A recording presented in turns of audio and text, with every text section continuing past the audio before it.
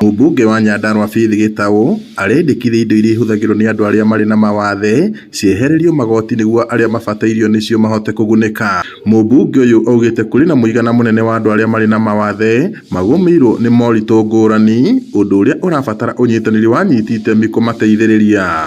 Ndĩna bill ya kuga atĩ equipment ciao ciothe iria mahũthagĩra ko nĩ wheelchair, hearing aids, maũndũ macio mothe ikorwo ciothe ciĩ zero rated, atĩ nĩ mekũhota ku access indo icio ũraithi, na tũkauga atĩ ona institution-inĩ ciothe gũkorwo na ramp ya atĩ arĩa mena wheelchair nĩ mekũhota gũthiĩ wega matarĩ na thĩna. Arĩtie arĩ thukuru-inĩ wa Mũiri mwena wa Olkarau thutha wa gũcerera mathukuru matiganĩte marĩa marũmbũiyaga ciana irĩ na mawathe matiganĩte.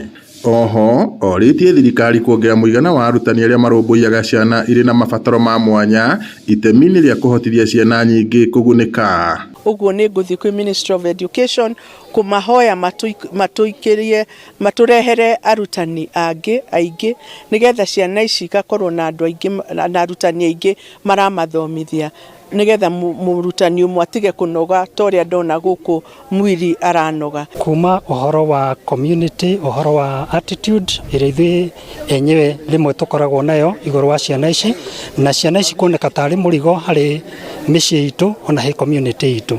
No wĩra witũ ũrĩa mũnene ithuĩ ta arimũ nĩ kũ educate community nĩguo macenjie muonere wa ciana icio. Ngiriboti ya Inooro TV kuma kaunti-inĩ ya Nyandarua, njĩtagwo Peter Mwangi.